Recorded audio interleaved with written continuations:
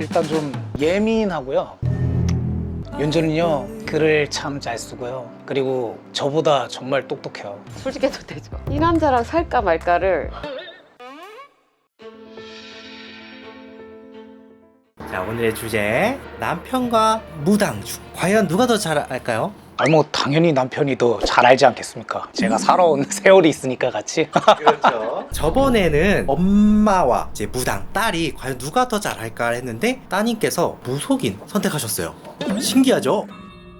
자, 과연 오늘은 남편과 무당 중에 누가 더 나를 잘 알까 한번 해보도록 하겠습니다. 굉장히 기대가 되는데요. 자, 시작에 앞서 이제 남편분부터 자기소개 한 번씩 부탁드릴게요.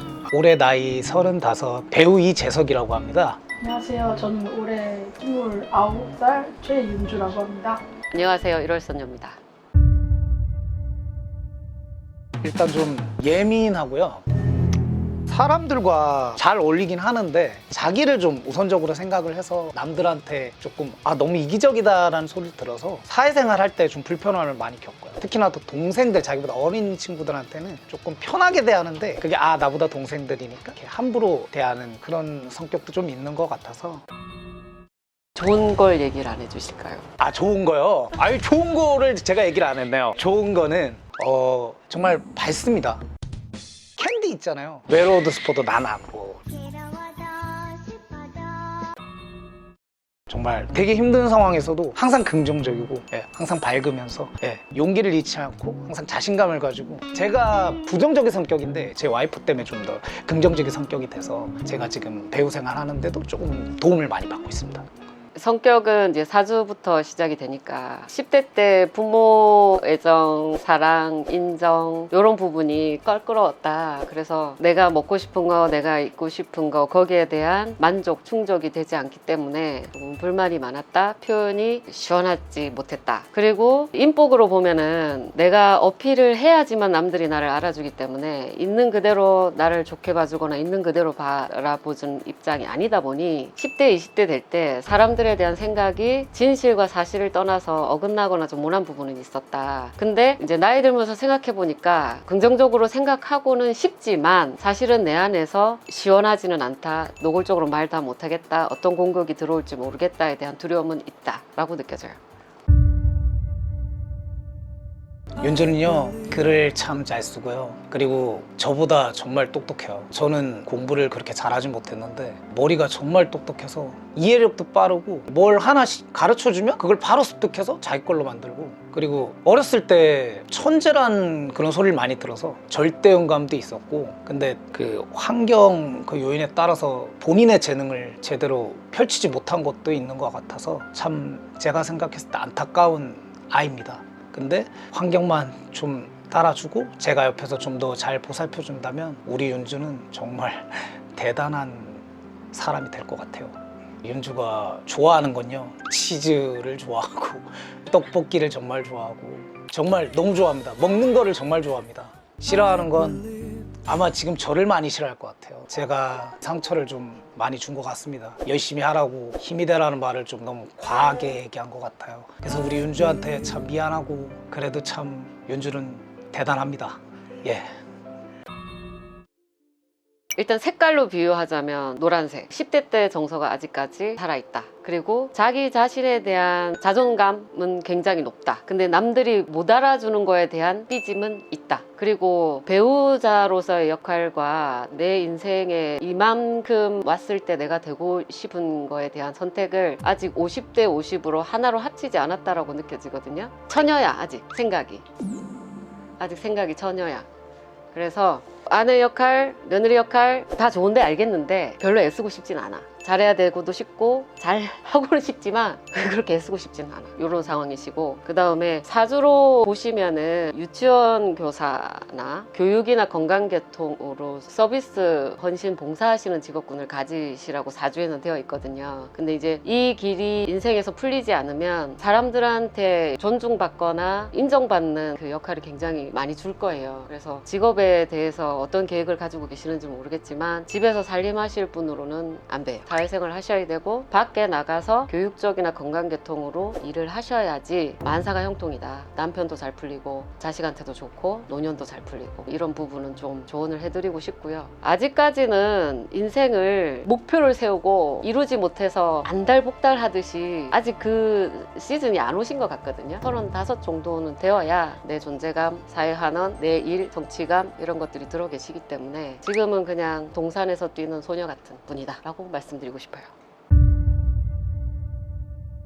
가장 큰 고민이 내가 뭘 해야 될까? 뭘 해서 성공할 수 있을까? 그 목표의식을 정확하게 잡지를 못했어요. 뚜렷하게 어떤 목표를 가지고 나아가야 되는데 그걸 잡지를 못하고 계속 헤매고 있어요. 그래서 이거라도 하나 열심히 해라 얘기를 해도 그거를 붙잡지를 못해요. 이거 했다가 저거 했다가 끈기가 좀 없어서. 그래서 지금 제일 고민하는 게 내가 뭘 하면서 돈을 벌까? 뭘 하면서 살아야 될까? 이거거든요. 제일 큰 게.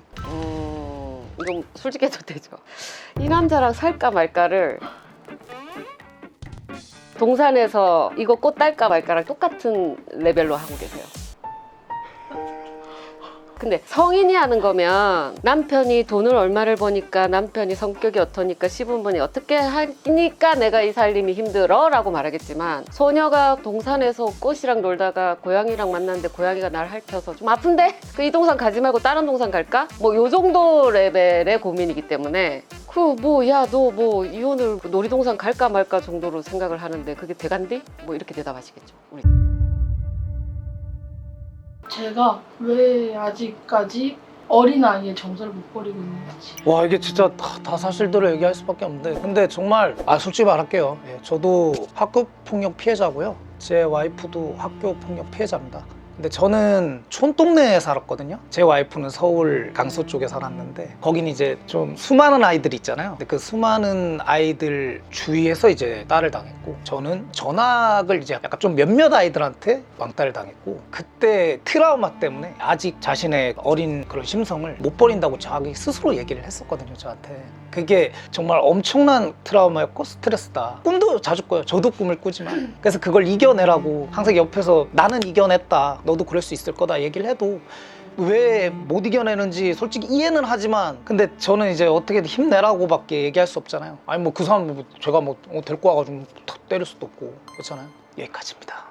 저도 다른 트라우마가 있거든요. 극복하기 위해서 그 트라우마를 바라보면 트라우마는 늪이더라고요. 자꾸 빠져. 그러면 원하는 인생을 살아라. 자기가 소녀의 인생이 좋으면 그냥 소녀대로 사세요. 근데 남편 생각하고 가족 생각하고 내가 나이 먹음이 뭘까? 성인이라는 게 뭘까? 나도 성인 마음 되고 성인 감수성 되고 성인 감정이 되고 싶은데 그러면 자기 자신을 키우시면 돼요. 영역이 틀리거든요. 마음도 키우셔야 되고요. 감정이 이거 탁 때리면 엄칫하고 저거 딱 자극 들어오면 깜짝 놀래고 이 감정도 아이 때랑은 다른 성인의 몸을 가지고 여러 가지 경험을 사랑받고 부정받고 긍정당하고 또 부정당하고의 여러 경험이 있기 때문에 감정도 클 수 있다 키울 수 있다 내 자신이 키울 수 있다 또 도와주는 서로 간에 있으니까 그래서 생각 파트도 나름이에요. 생각도 우리가 사주를 살고 결혼을 하고 어른이 되고 일을 하고 돈을 벌고 돈을 쓰고 자체가 다 크고 있는 것 같지만 분야별로 돌아봐 주지 않으면 얘네들이 마음은 5살에 머물러 있고 감정 처리하는 능력은 15살에 머물러 있고 근데 그렇게 나를 괴롭힌 사람들은 지금 다른 땅에서 좋은 밥 먹고 잘 먹고 잘 살잖아. 그래서 억울하면 내가 살고 싶은 인생 내가 살 거야. 대신 마음이 지금 5살쯤 정도 됐으니까 7살 아이는 이 상황을 이 사건을 어떻게 해석할까 그렇게 단계별로 급한 마음 아닌 단계별로 키우시는 게 중요해요. 그러면 그 질문을 하셨잖아요. 나는 왜 아직 정서가 어릴까요? 라고 하셨잖아요. 그죠? 그게 질문이었잖아요. 그러면 그게 문제예요? 정서 어린 게 문제냐고. 왜 문제예요? 자꾸 뭐라 하니까. 그거는 이 사람 생각이고 나는 문제라고 생각하지 않아야 된다고 말하고 싶은 거예요. 근데 이게 자기인데 이 사람이 편한 방식이 있다면 사랑하니까 따라줄 수는 있다. 이 정도 대하면 좋을 것 같아요. 근데 자꾸 어리다, 철없다 이래버리면 이 사람이 궁지로 몰리거든요. 근데 이제 오빠가 보기에는 걔가 너무 어리니까 그러면 자기는 어떤 인생을 살고 싶으신데요? 어른이 되고 싶긴 한데 해결이 안 된 것들 해결한 다음에 어른이 되고 싶어. 해결이 어떤 게 안 됐을까요? 아까 말씀하신 것처럼 이런 단계별로가 해결이 안 된 것 같아요. 그건 어디 사설 학원이나 병원에 가서 해결되는 게 아니고 지금 이 순간부터 이루어지고 있거든요. 지금 생각하고 듣고 계시잖아요. 벌써 크고 있는 거예요. 근데 이게 문제라고 생각해버리면 사람이 환자가 돼요. 자기 환자예요? 환자는 아니잖아요. 어리면 키우면 되지. 끝. 그냥 일상에서 밥 먹을 때 내가 지금 10살의 태도다, 15살의 태도다. 그걸 자기 스스로 한번 떠올려봐요. 그 다음에 남편한테 물어봐요. 나 지금 몇 살로 보여? 나 이 말 했는데 괜찮아? 어때? 이런 방식이면 충분히 하루하루 좋아지실 것 같은데요. 저 그래서 병인 줄 알고 고가에서 상담도 받아보고 했는데 그냥 효과가 없었어요. 왜냐면 자기 생각인데 자기를 떠나서 해결될 수 없는 거예요. 그거 지금 이 말은 10살답다, 30살답다, 이 정도면 괜찮지. 이런 과정이 반복이 되다 보면 어느 사이에 이제 자기가 원하는 모습이 되어 있죠. 자, 그렇다면 상우님, 남편과 무당 중 누가 더 나에 대해서 잘 알고 있는지 말씀 부탁드립니다. 저는 선생님이요. 감사합니다. 아유 전문가서 그렇죠.